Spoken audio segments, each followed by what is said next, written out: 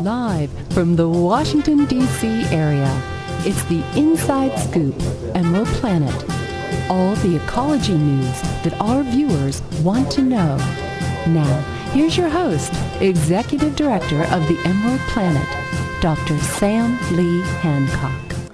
Hello and welcome to you from Washington, D.C. in the United States as we reach around the globe looking at 143 different nations, looking for the best processes, the technologies, and the products that can be used to bring a better quality of life to all citizens of the globe.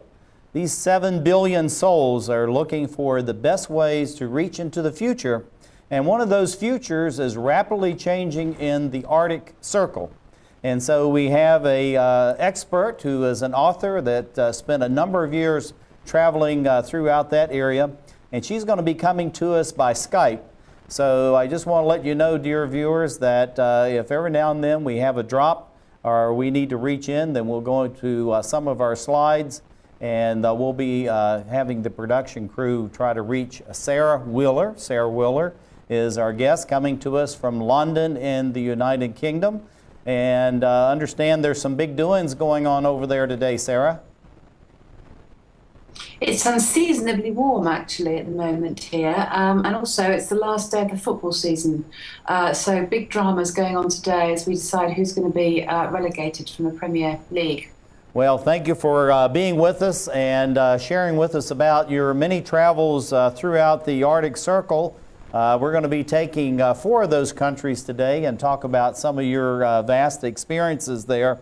And why don't you start off, we're going to bring up one of the slides. This is your book, and thank you for sharing that with us. And Sara, why don't you read one of your first passages, and then we'll get into some of the questions about Alaska and the United States Arctic Zone.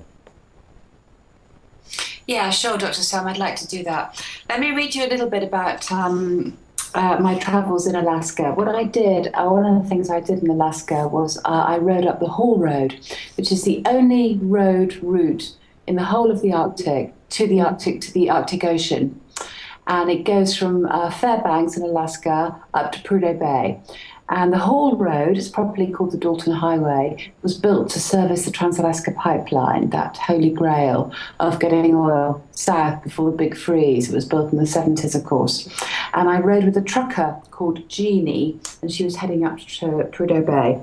So here we are. We've got past the Arctic Circle itself, heading north, and we were in the Brooks Range. And while you're reading that, I'm going to have the map of Alaska brought up so we can see that, and then you can read your passage. Let's go ahead and bring that first slide up if you could, please.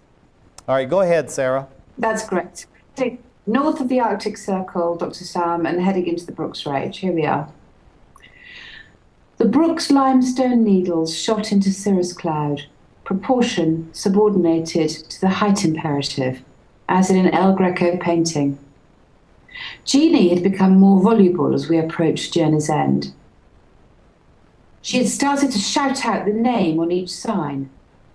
The road builders were keen on signage, and the forks of the rivers were capable of infinite subdivision, facilitating a maximum number of marker posts.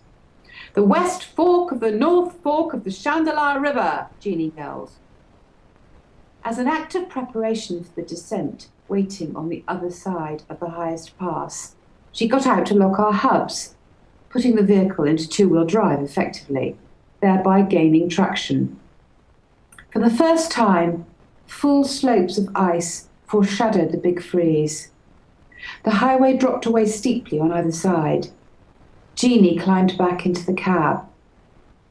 The sun was setting, the sky painted rosy pink. When the valley was in shadow, level sunbeams continued to pour onto the white higher slopes in an effect of ravishing beauty, and the ice reflected and refracted purple light like cut crystal. Then all except the tips became dead white, and we experienced the transfiguration of alpenglow. When the shadows crept higher and submerged both slopes and ridges, alpenglow still lingered on the highest peaks, until eventually these too were quenched, glowing points going out like stars. We had crossed the Arctic Divide. I tell you, that's absolutely beautiful. And let's bring up this next photograph, and this fits perfectly in the reading that you were doing there. What do you see as the connection, having traveled the Trans-Alaskan Highway, the mentality and the emotional ties between the lower 48 and Alaska and the Arctic zone through the experience that you had traveling there? Well, I think there's two communities really. There's the indigenous peoples, the First Nations people of Alaska, and there's the settlers. Some of them have been there for many generations. And I think my experience was more positive than one would have thought, perhaps, in that regard, and that I think that they do feel very American and part of the lower 48, whilst feeling tremendously separated from it. I think the problem is that the issues that confront the people, both the indigenous peoples and the settlers in Alaska, are so very different from those ones in the lower 48. And of course, that's typified at the moment by the huge issues of drilling, to drill or not to drill.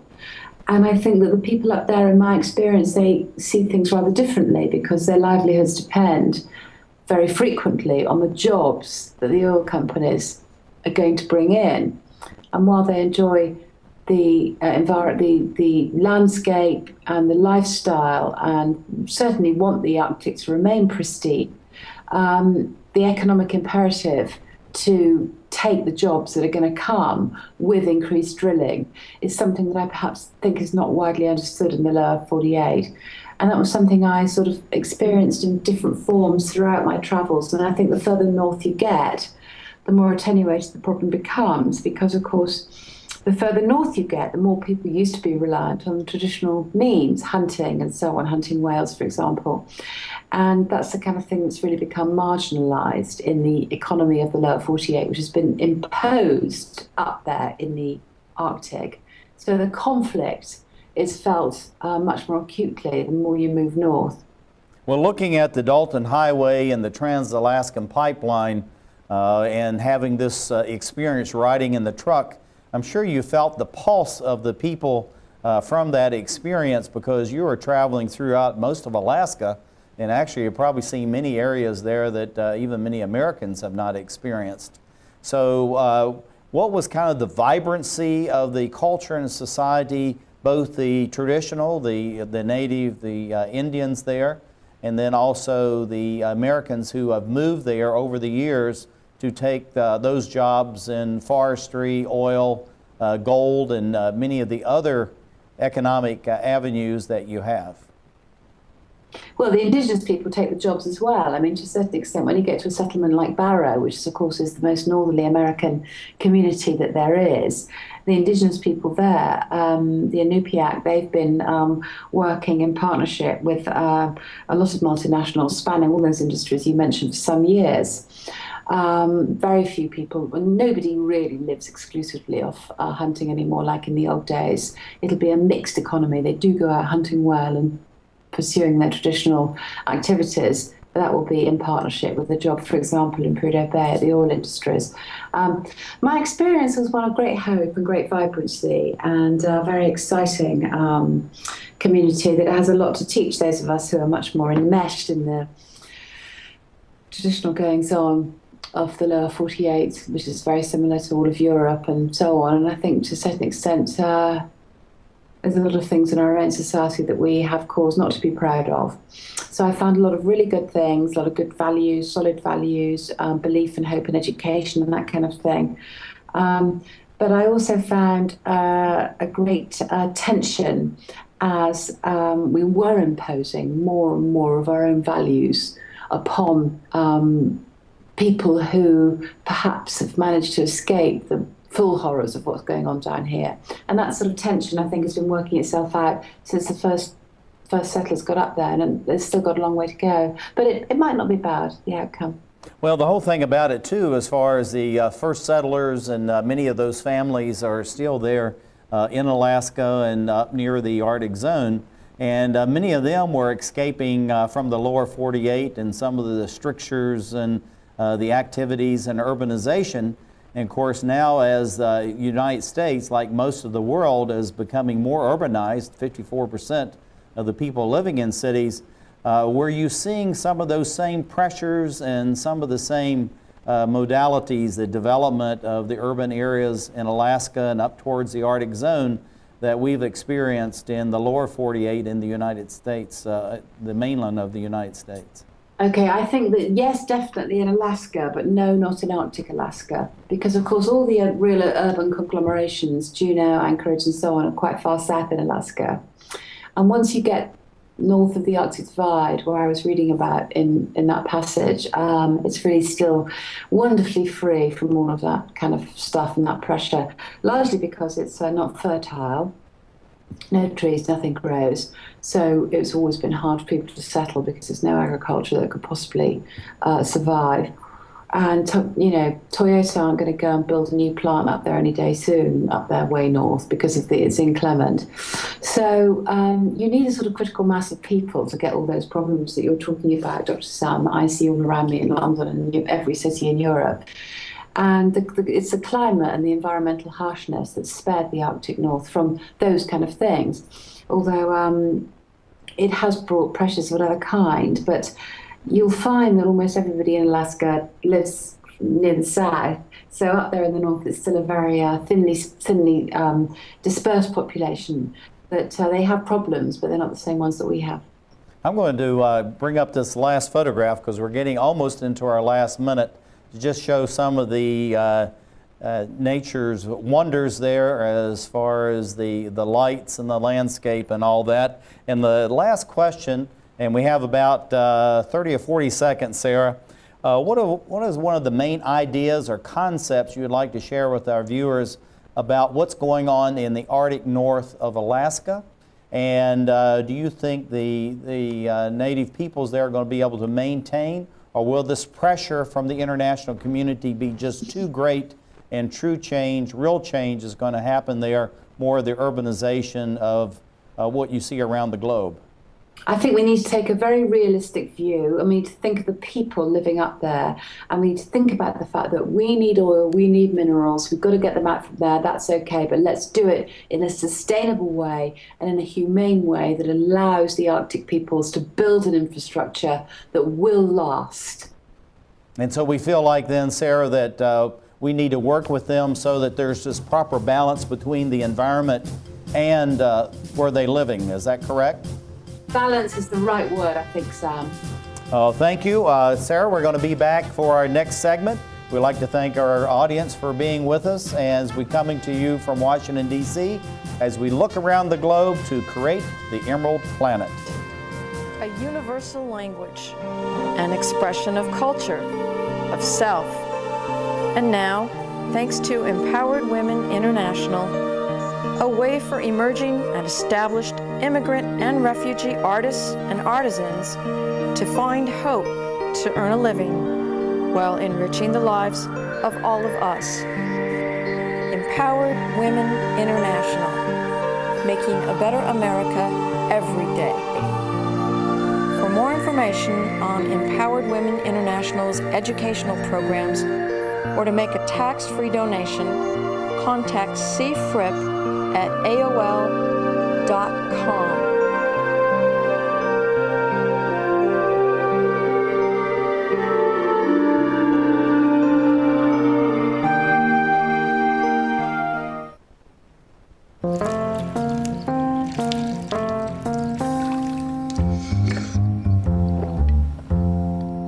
Here, kitty, kitty. Here, kitty, kitty, kitty. Here, kitty, kitty. You'd think it would be easy to tell which kids have trouble with their eyesight. But that's not always the case. Even though 1 in 4 children may have a vision problem, eye doctors tell us the symptoms aren't always so obvious. We do know that 80% of all childhood learning is visual.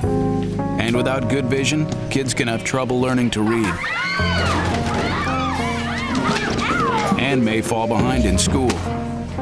For clues on how to spot the real-life signs of childhood vision problems and what parents can do, visit checkyearly.com. A public service message from the Vision Council of America and Reading is Fundamental.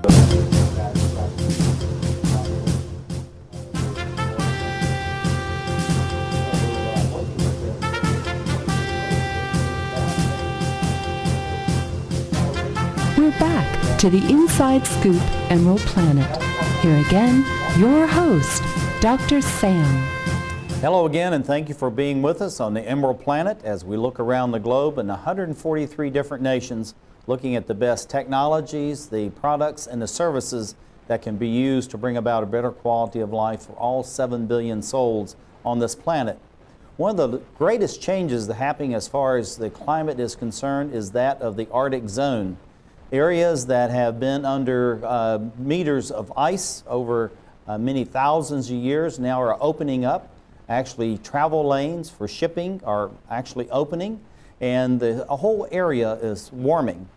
Many people think of that as a disaster because we're losing the ice cap at a very rapid rate, but at the same time there are many riches as far as the fish, hydrocarbons, wood, many other resources in that area that are now becoming available to the nations of the Arctic Council and are interested in making use of those resources to bring about a better quality of life around the globe.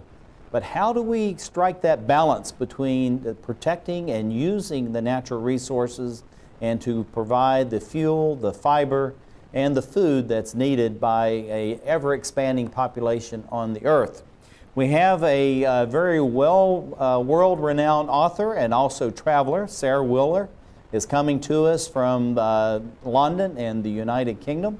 And Sara, welcome back with us on the second segment of the Emerald Planet. Thanks, Sam. Great to be with you. Now, we're going to be talking about the Canadian North, and what I'm going to do is have you start off reading a passage about the Canadian Arctic, and we're going to bring up the map that shows this area, which is absolutely huge, looking at the Northwest Territories, and then a new territory that was carved out over there. And Sara, we want to be talking about that in a few minutes as well. So go ahead and read your passage from your book, which is Magnetic North, Notes from the Arctic Circle. Thanks, Sam. I'm going to read you the introduction to Canada, the Canadian Arctic, from my book. And then maybe you can ask me a few more questions about it afterwards. A full 1,300 miles from Ottawa, Iqaluit squats at the bottom of the 5th largest island in the world. Now the capital of the largest Canadian territory, the site was just another white ice plain until 1941, when the US government, shocked into action by U-boat attacks on its aircraft carriers, activated a plan to establish a chain of airfields in Arctic Canada to ferry planes to Britain under the terms of the Lend-Lease Act. Machines could not yet fly non-stop, but starting out from 3 points in the United States, they could hop across the North Atlantic. A staging airfield was required in Upper Frobisher Bay, and Inuit guides selected a site on Kujessa Inlet, where the Everett Mountains rise from the coast. Construction of the airfield that grew into Iqaluit was one of countless logistical challenges war brought to the polar regions, especially as a barrier of islands dotted and dashed across the deep water channels leading to the head of Frobisher Bay. Once the installation was up, it turned out that maintaining gravel runways built on permafrost was a Sisyphean task reliant on brute force and patience. But by 1943, the US Advanced Air Base and Weather Station Crystal 2 was operational on the Iqaluit site, and a permanent Inuit settlement had grown with it, its members obliged to wear dog tags because military personnel could not tell them apart. I tell you, that's a vast area up there that we're looking at across the whole north of Canada.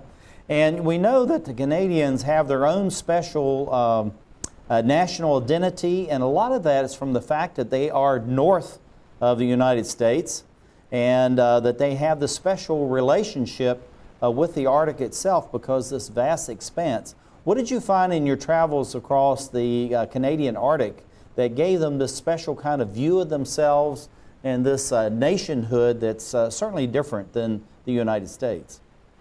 Well, of course, it's true that the Canadian Arctic plays a very important role in the Canadian national psyche.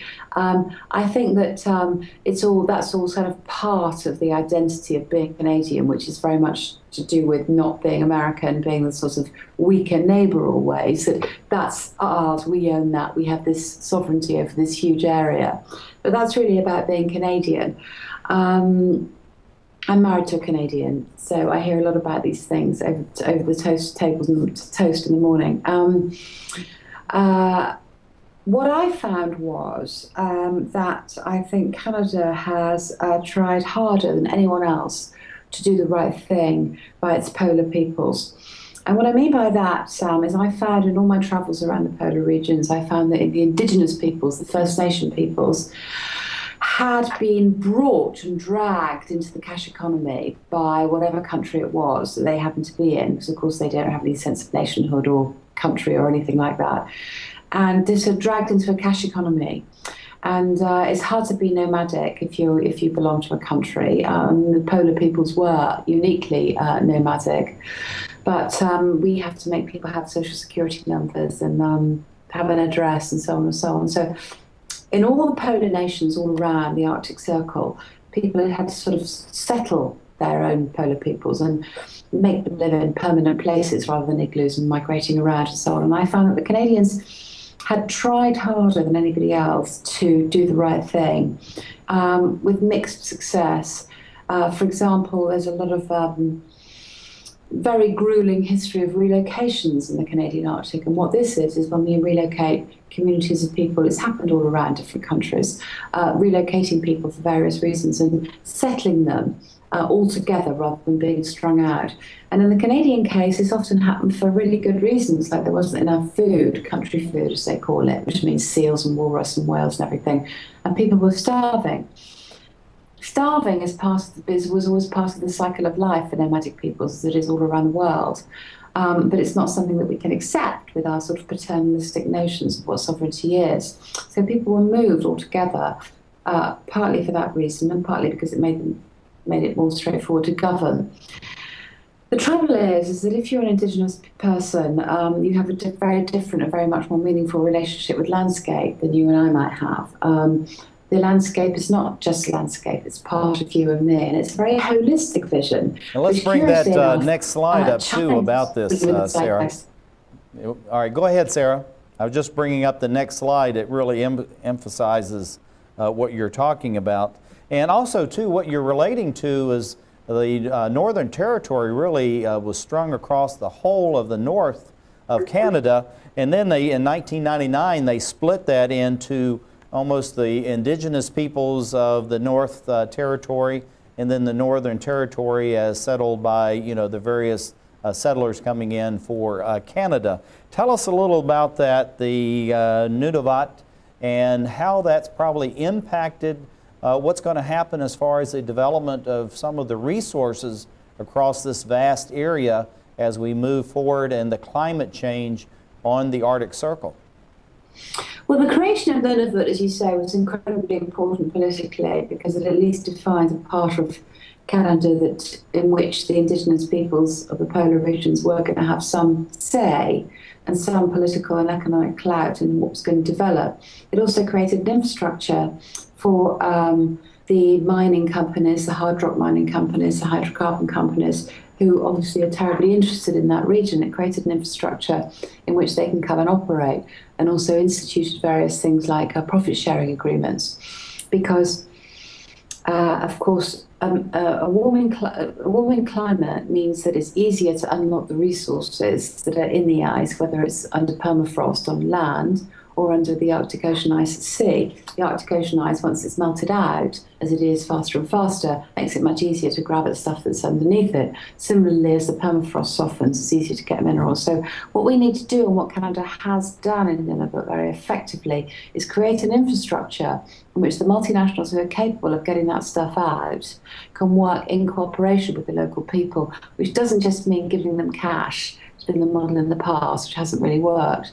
But it means working in partnership with them. Yeah, it's a collaborative relationship into the economic future of the region. Right, it's really working in collaboration with the people, but also in collaboration with the environment and collaboration with better methods as far as trying to extract and use those natural resources that they have there. And there's a gentleman there that I believe you met and spent some time with, Don James. He was head of the Canadian Nunavut Geoscience Office. And how do you think his work in mapping all of this area and doing the surveys is going to impact this whole notion of the claims for the natural resources and the claims for the actual territory itself vis-a-vis the other members of the Arctic Council? Well, Don James is a great guy, and I was very privileged to work with him. What I did was I accompanied him and his team on a geologizing mission to Southampton Island, one of the many islands adjacent to Baffin Bay in Nunavut.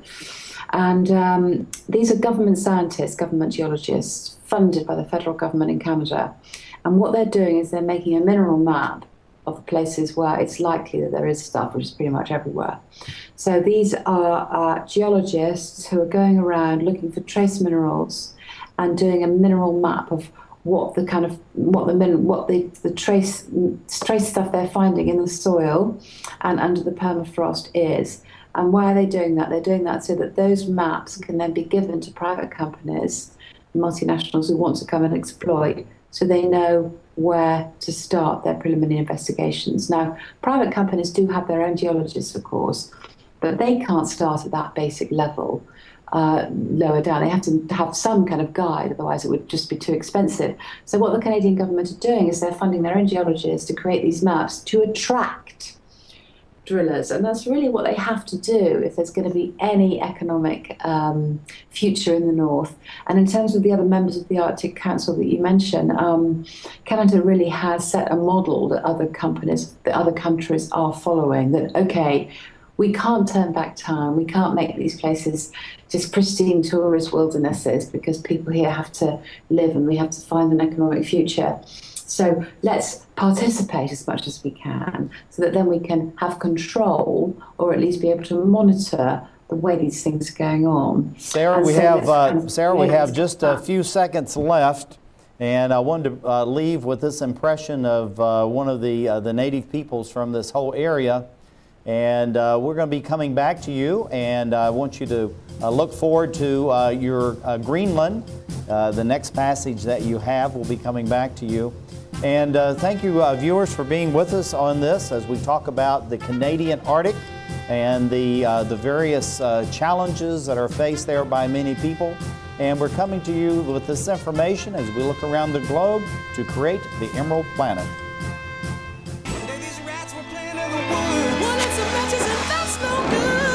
Listen to smoke before you give it a try. Only you. Don't play with matches. Don't play with fire. Cause there's nothing very funny about rooftop money. Nothing very nice on a homeless mind. So if a gorgeous force is what you desire, don't play with matches. Don't play with fire. Yeah. Only you can prevent wildfires. Fire. Why don't you just wash your car at home? When I wash my car, everything runs down the street and down into the storm drains.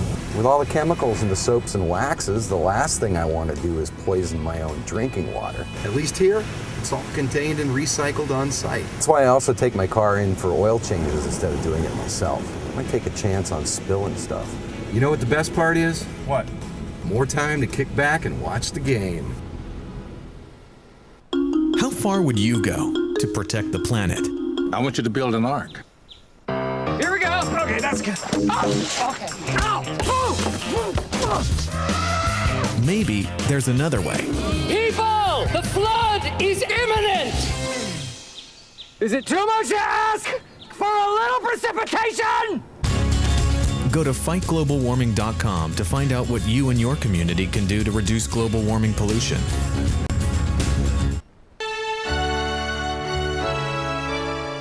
Somewhere around the world, there are men and women of the armed forces risking their lives, helping rebuild communities after natural disasters, collecting toys for needy children, tutoring kids in school.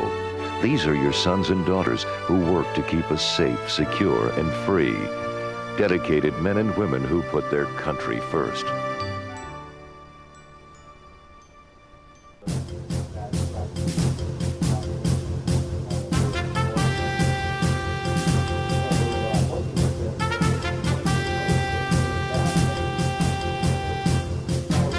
We're back to the Inside Scoop Emerald Planet. Here again, your host, Dr. Sam. Thank you for being with us as we look around the globe in 143 different nations through the Emerald Planet. Emerald Planet is there to reach out to identify the best technologies, the services, and the products that can be used to bring about a better quality of life, but to address the serious issues of climate change, alternative energy production, and the many ways that we can bring an ever-increasing quality of life to citizens throughout the entire globe. What we're talking about with this particular program is the Arctic Circle. As many of you may be aware, there is a great change happening in the Arctic zones over across all the countries are members of the Arctic Council.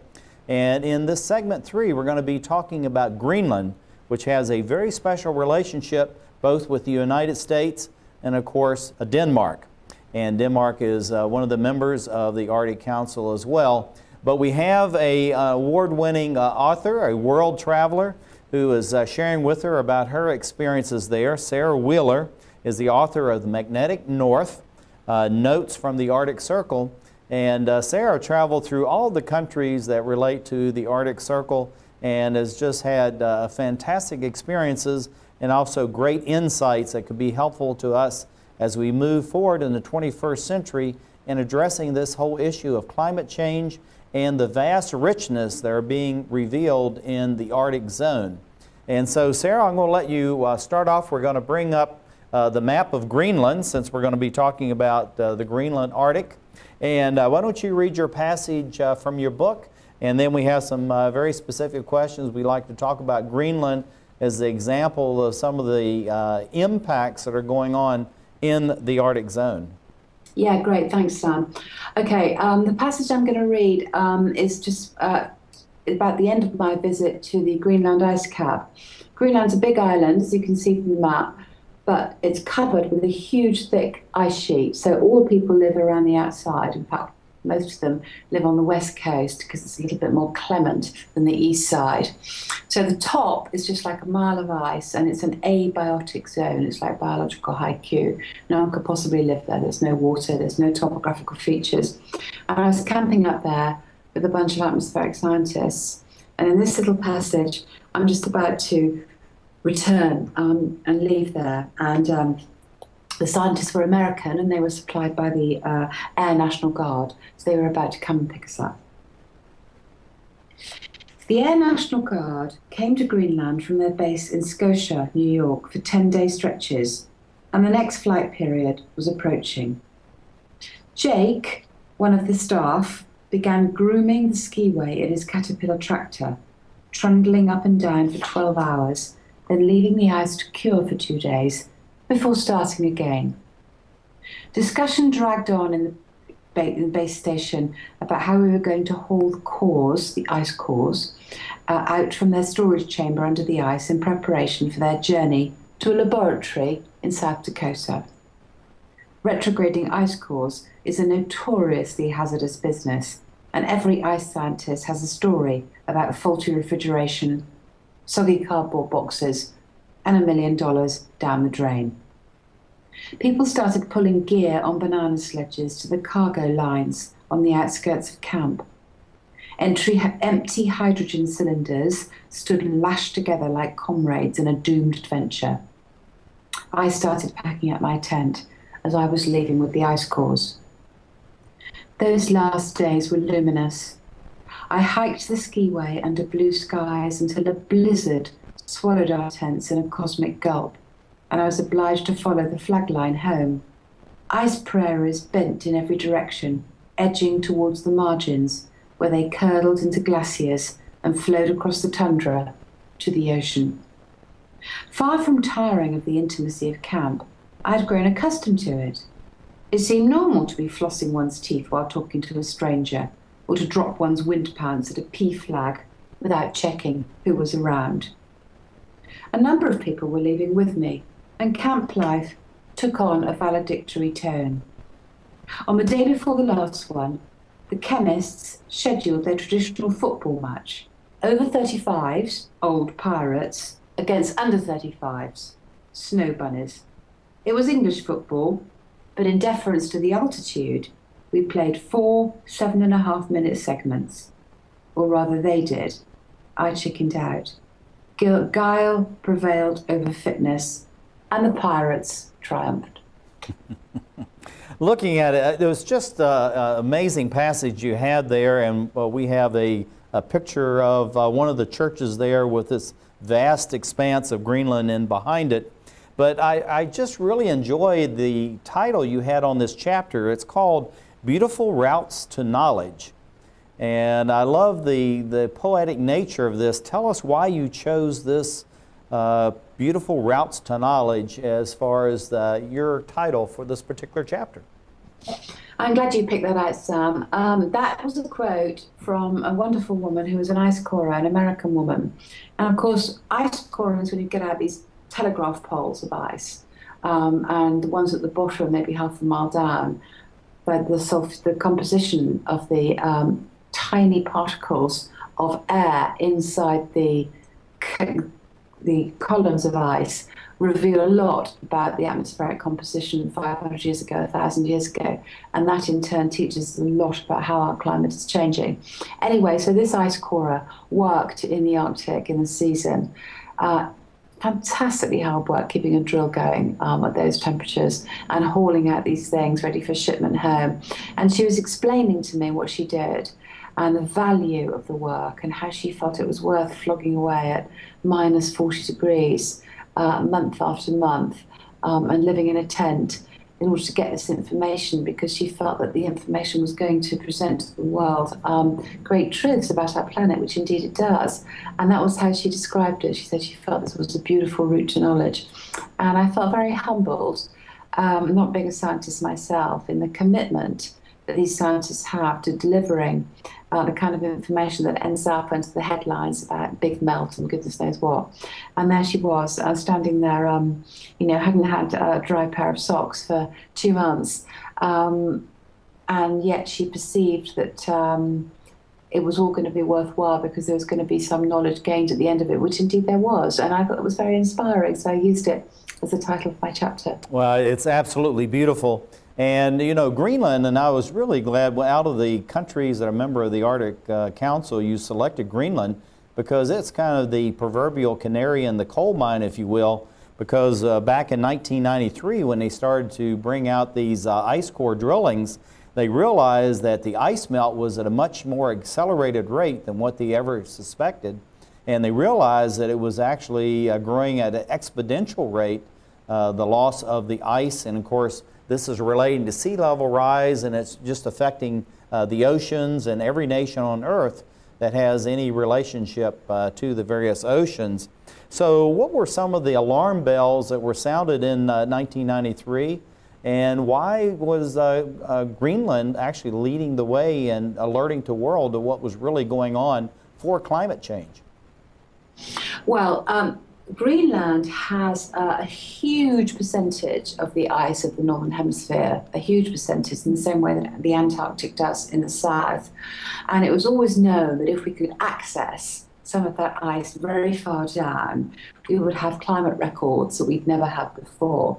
And that's what happened in that 1993 project. There was 2 going simultaneously, GRIP and GISP. The main one was American. There was also a Danish project going on.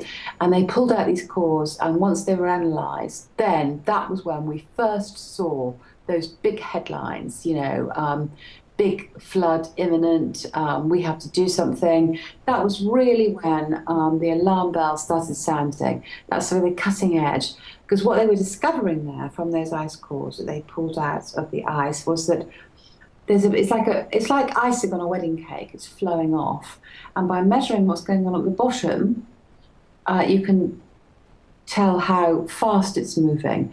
And they realised it was moving faster than it ever had before, flowing towards the coast. When it gets to the coast, it snaps off into icebergs. The icebergs float down towards the equator and melt on the way.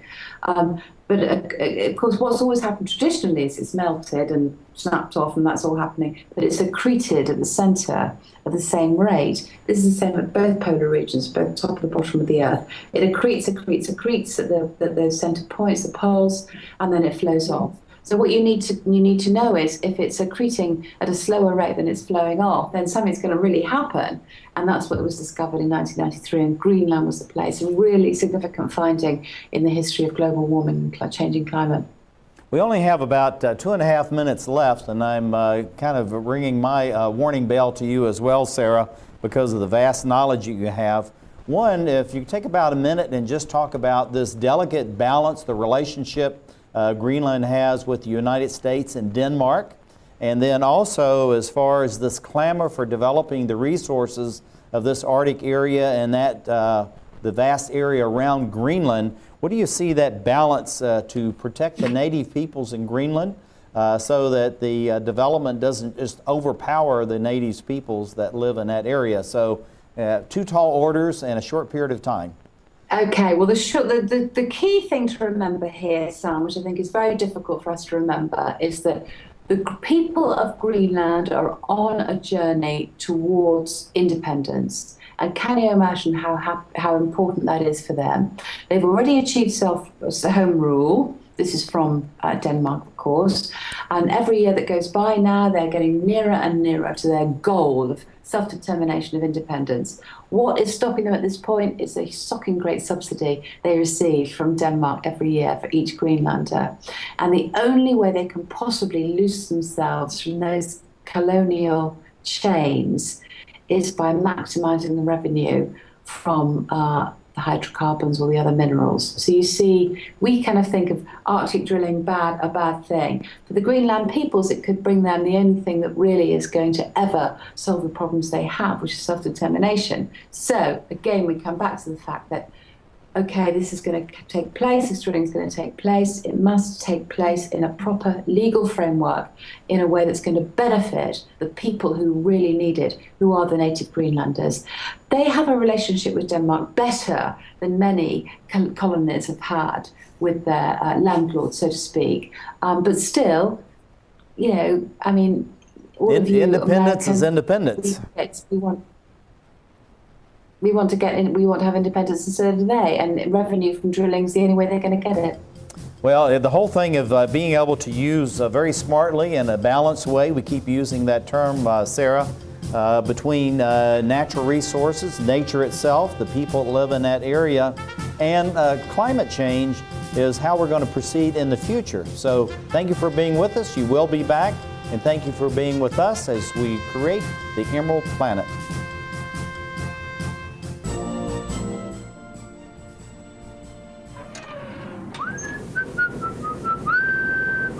This is firstgov.gov, where we're obsessed with getting you government information. Brand new student loan applications on the site, baby.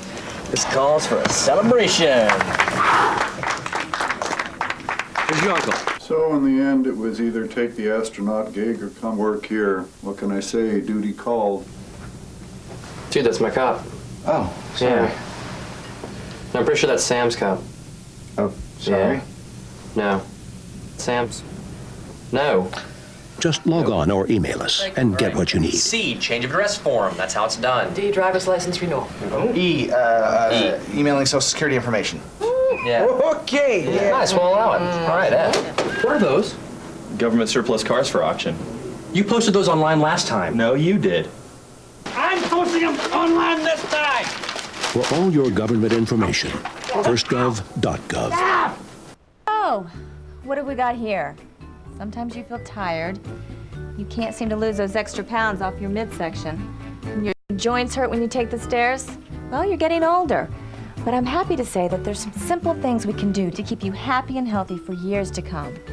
We can also lower your risk for some serious diseases the older population is often subject to. Proper nutrition is more important than ever. Your body has changed, you know. Not as many treats.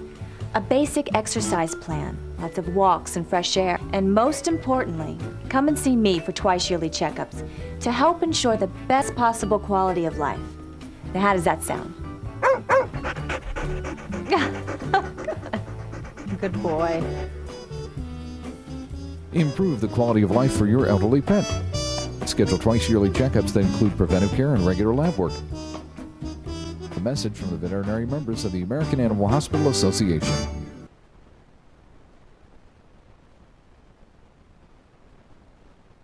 The Emerald Planet, as we come to you from Washington, D.C. in the United States, and looking at the 143 different nations. And as you know, we're bringing more people in from around the globe using Skype and the internet, real experts that are involved in this whole notion of climate change, alternative energy production, and the many ways of bringing the technologies, the services, and the products to be useful for the expanding population around the globe. Right now we're at about 7 billion souls, and they're saying by 2050 we could be at 9 billion plus. And so instead of risking the quality of life, we want to be sure that we have the very resources that are needed, but also to protect the environment at the same time. And so there's this delicate balance between the environment, between the economy, and also the development of civil society. And now we're going to be talking and going to the very cold and expansive Russian Arctic. And we're being taken there by Sara Wheeler, who is the author of the book, The Magnetic North, Notes from the Arctic Circle.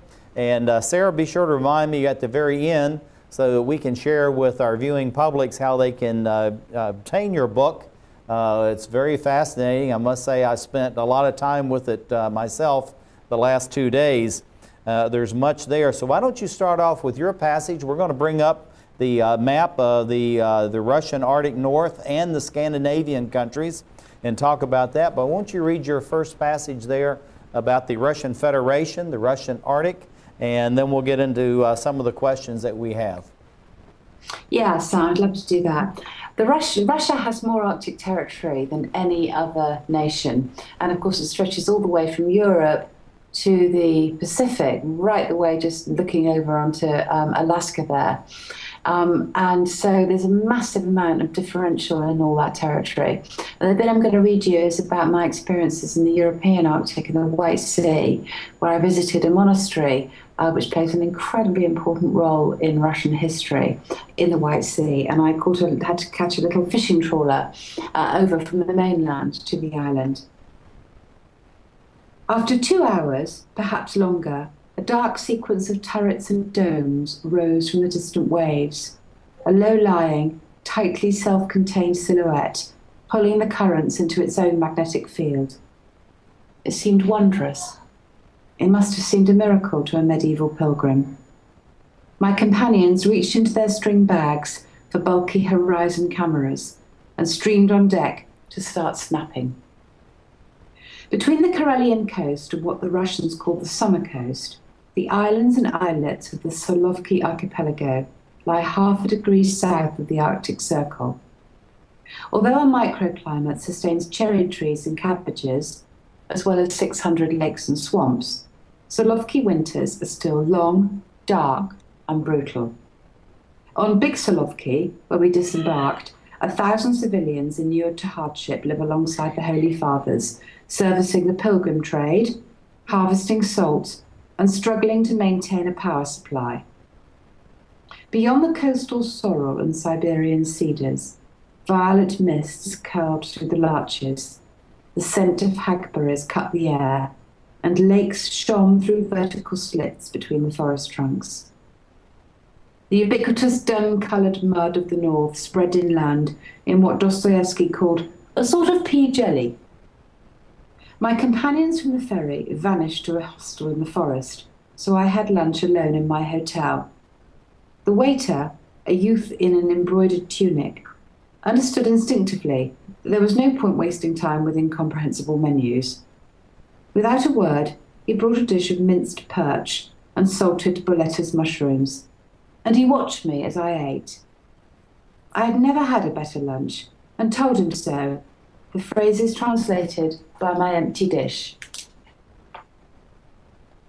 Well, I tell you, it's just the views there are just absolutely marvelous, and it's hard to imagine something as isolated, as brutal, but yet as beautiful as this whole area of the Russian Arctic. And yet at the same time, Russia shares that vast area with a number of Scandinavian countries. And in your travels there, what did you see this balance between the Russian Arctic or the Russian state and the other Scandinavian countries that share this vast territory? Well, it's much better than it used to be. The area you're referring to, Sam, is what we know as Lapland. It's Sami country. Sami is another word for Lapps. And they're indigenous peoples of the Arctic, one of many, many groups of indigenous Arctic peoples who used to roam all the way across that arc of the Arctic, Norway, Finland, Sweden, and Russia. Karelia is the part of Russia, herding their reindeer. They were nomadic peoples and they herded reindeer. Some of them hunted marine mammals. And they had a culture and a language and a unique set of beliefs and values. And really had been travelling freely in that region until the communist period, when, of course, the portcullis came down and one lot was separated from the other. And then during the Second War, called upon to fight one another and so on and so on. Now the situation is much better, and all the countries, the sovereign countries involved, including Russia, recognise that these peoples kind of have something different from nationality that links them, so they are able to travel on their own papers without proper passports across that arc. Well, I think that's fantastic. You know, many of us really understand this goes back to the Gulag Archipelago, and many other books have been written about this area, and we understand this relationship of the Arctic Circle and Siberia, but yet you spent much time in the European sector of Russia, because it is such a vast country. And so what are the connections of the European Russians to the Arctic that may be unique or different than those that actually live and have settled in Siberia itself? Okay, well, let me mention, first of all, you mentioned the Gulag Archipelago, and Solzhenitsyn was, in fact, on that monastic island that I mentioned on Solovki, and he writes about it before he was sent further inland elsewhere in the Arctic. In fact, the first Gulag in 1921 was founded on Solovki. As for what the connections are and how they're maintained now, I think that, I mean, there are many economic links, and certainly the Finns and the Russians have had a very complex history. They share a border, of course, which now is much more harmonious. And Russia now, of course, is desperate to be part of Europe, and to a certain extent is thought of as part of Europe. I believe they send singers to the Eurovision Song Contest. And they want to kind of have equal links on either side of this enormous territory. And I think that many of us actually feel that Russia is more European than it used to be. I feel that, or maybe it's always been so, but now we can recognise it as such. And certainly in the Arctic lands, they can use this sort of cultural and racial unity that they have, Russian Lapps and Swedish Lapps, for example, to strengthen those ties. Yeah, when I was just last week at the United Nations for the United Nations Conference on Indigenous Peoples, we're working in the South Pacific, which is totally different than what we're talking about as far as the Arctic zone, but they had a number of the people's Lapps there that actually were from 3 different countries, and they were meeting as a group to talk about how they were going to develop their lands in the Arctic zone across, Finland, Sweden, and Russia. And so it was interesting to see they just came together on their own there at the United Nations, and they had this giant meeting that was going on throughout the week. So what you're saying is going across all these different cultural and linguistic groups is a way to kind of cut through some of the strata between governments. Sometimes is very harsh and is devoid of reality. Russia just sent some mini subs in there and planted some Russian flags on the bottom of the Arctic Ocean to stake their claims and say, hey, we're here, we're first, and all you others look out. Do you think Russia is going to be overly aggressive as far as staking and protecting its claims to the riches of the Arctic zone? Or do you think this level of trust and communications and sharing across these various nation states of Scandinavia and, of course, the United States, Denmark, and others is going to prevail? I think somewhere between the two, actually, Sam. The episode you're referring to is when Mr. Chingarov, a Russian deputy in Parliament in the Duma, went down in a submarine and got to exactly underneath the ice at 90 degrees north and hammered in a Russian flag to show how fantastically Russian it was. Well, that was a bit of a joke. It's posturing, it's barnstorming. I don't think anybody really minds that much. Russia is trying very hard to show how very Russian the Arctic is. But I don't think it's going to be overly aggressive, because Canada's actually trying really hard to show how Canadian the Arctic is. America doesn't do too badly in showing how their bit of Alaska is very American. We can't do much sitting here in London because we don't actually have any Arctic territory, but the Scandinavian countries too are pretty keen. The race for hydrocarbons is on, so we've all got a lot at stake, and we all want to prove that it's ours, that bit up there. But actually, all this is governed, as you know, Sam, by the International Convention of the Law of the Sea, which is a UN organisation, and basically, you only own the territory so far as your continental shelf extends. Beyond that, it's not owned. So the Arctic Ocean, you have to prove that your country's continental shelf extends, and then you own the land, and therefore the mineral rights to everything that's under the ocean there. Beyond that, you don't. Well, what that means, of course, is that everybody's got a lot of seabed geologists up there as we speak, proving how every continental shelf, of course, extends for forever and ever and ever. But I believe these things are going to be worked out peaceably. Russia certainly isn't the only country being aggressive about it, but I think that there are ways to work these things out, and it's a writer's duty to have hope, and I do have hope. That Sarah, we'll we have about We have about 1 minute left. I want to leave with this impression, the globe here, as far as the Arctic zone.